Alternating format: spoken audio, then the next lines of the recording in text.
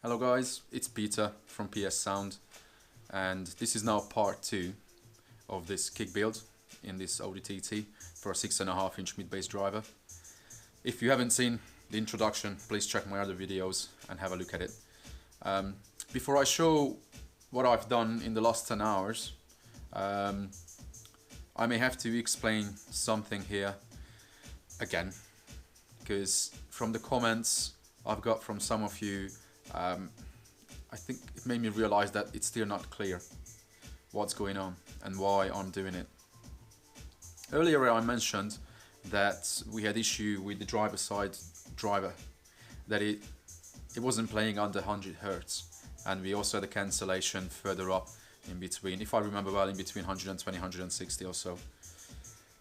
And now we are trying to find a solution to get rid of that issue.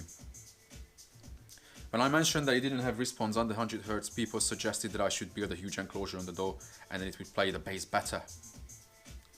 No, it won't.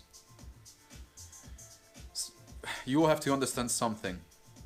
When you sit in a car in one seat, when you don't have a seat in the middle of the car, then you will get a very different response from one side than the other. From passenger side, we had an okay response, but not from driver side. The driver was playing under 100 Hz, but as soon as you shut the door and you sit in the driver's seat, from this side you don't hear it. It's just like a waste of energy. The driver is moving, but you don't hear it. Also, that cancellation further up is caused by the size of the car.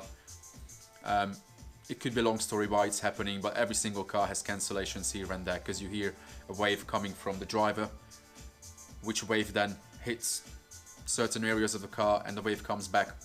So then when you hear that note directly and reflected, at some point they sum and you hear a solid focused note, but at some other areas in the frequency range it's cancelled out and you don't hear it. It's a very easy trick. Just play notes just from one side with all your speakers and listen to it. If they are even, that's perfect, but when you hear it dropping in level, then you have a cancellation there. Try to raise the windows, open the doors, and see how the car reacts to it. Then you can learn what the car does, and then you have to work around it. When it comes to speaker placement, speaker placement is probably the most important thing in car audio. And many people think it's that easy. You know, you have a speaker location in the door. Let's just chuck a speaker in there, it will be fine. Because that's where most of the mid-bass drivers are installed. But why? That could be a very different story. Do you think that that's the best location for that driver? And do you think the manufacturers do it because that's the best? I just leave it there. I would just leave it right there. So what now we are trying to do, well, I am trying to do, and the client allowed me to do whatever it takes, is that basically I'm relocating the driver from the door to the kicks. It's not that far away from this location, but it's different. The characteristics of the driver will be very, very different. The response will be different from down there, and hopefully we can get rid of the issues we've had. We may end up having different issues, we will see. It's not something that you can predict unless you've done that in a certain car multiple times. Then happy days. But I don't know anyone who's done anything similar in a TT. So it's the case of, you know, giving it a go and see what happens. So let's see what I've done in the last 10 hours so far. Okay, so the driver was taken out from the door, and eventually I think we will put the original door card back. Yeah,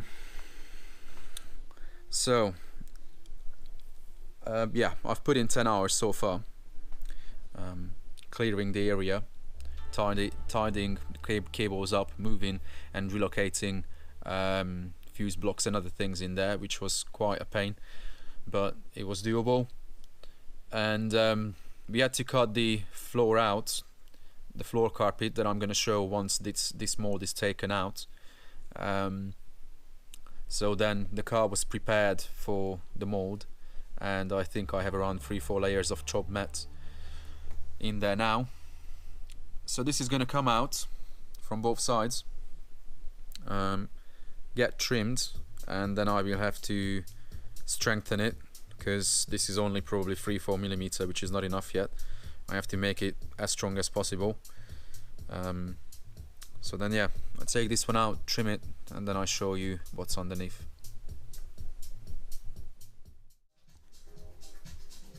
This is how they look like after it came out of the car. Fortunately, it was that easy to pull them out.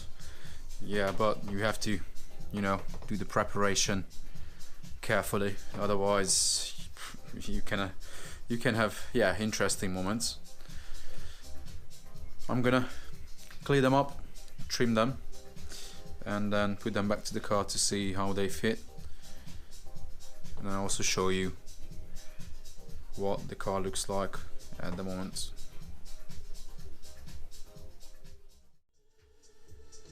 Okie dokie, so this is what the kick area looks like after the carpet was cut out, and at some places I could gain more than an inch, which was great. There was a fuse block at this area all the way, where I could gain more than 1.5 inch that way. Once I did a bit of a trick with the wiring, and that whole fuse block went up. Now underneath the dash you cannot even see it, and I tidied most of the cables which run this way, tidied them up, plus all the audio systems cables, the speaker wires running up to the pillars, and then also to this upcoming enclosure here. So then this is the trimmed piece of the mold that sits in there. What I have to strengthen now, and then I can start building the mounting and then the whole enclosure around it. Hopefully it will be 0.2 cubic foot or around 5-6 liters, which is not huge, but for the job it should be fine, because we don't have to push the 6.5s to go really low. If we get anything down to 80 Hz solid, then it's happy days. So yeah, this is it. We are a few steps forward now. The mold was strengthened with multiple layers of woven mat, and then I started to build the body from plywood in a similar fashion. You might have seen my previous videos. If you haven't, then please check out some of my older videos where I was using a very similar technique to basically call it puzzle, Lego, anything, you know, but most of it is made of wood. Now all the joints are taped up, prepared for a milkshake coming into the inside. You can see those 2 holes there. That's where the enclosure is going to be mounted to the frame of the car with machine bolts into rib nuts I fitted in the car. I'm going to make a very heavy milkshake mix from resin, fiberglass powder, a very heavy flowing one, and I'm going to add steel shot to the mix. So then I not just only, you know, fill the gaps and join the gaps between the plywood pieces, but I also add extra weight to the whole piece with the steel shots. It's pretty light because, you know, plywood, 1/2 inch plywood plus fiberglass doesn't have much weight. It's already very solid, but yeah, steel shot is gonna do the trick. So I do that. Once that's done, I do the front sides, and then quite a lot of shaping and filling. But yeah, this is now the driver's side kicks, as you see.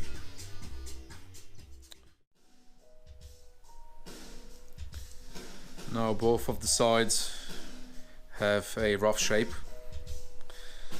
So the driver's side has the latch shots bonded in, as you see, and I still have to do the same on this side, so when it's tipped, then that side we'll have all the latch shots as well. It's already quite weighty, and as you see where it was taped up, the milkshake filled those gaps nicely, like there as well.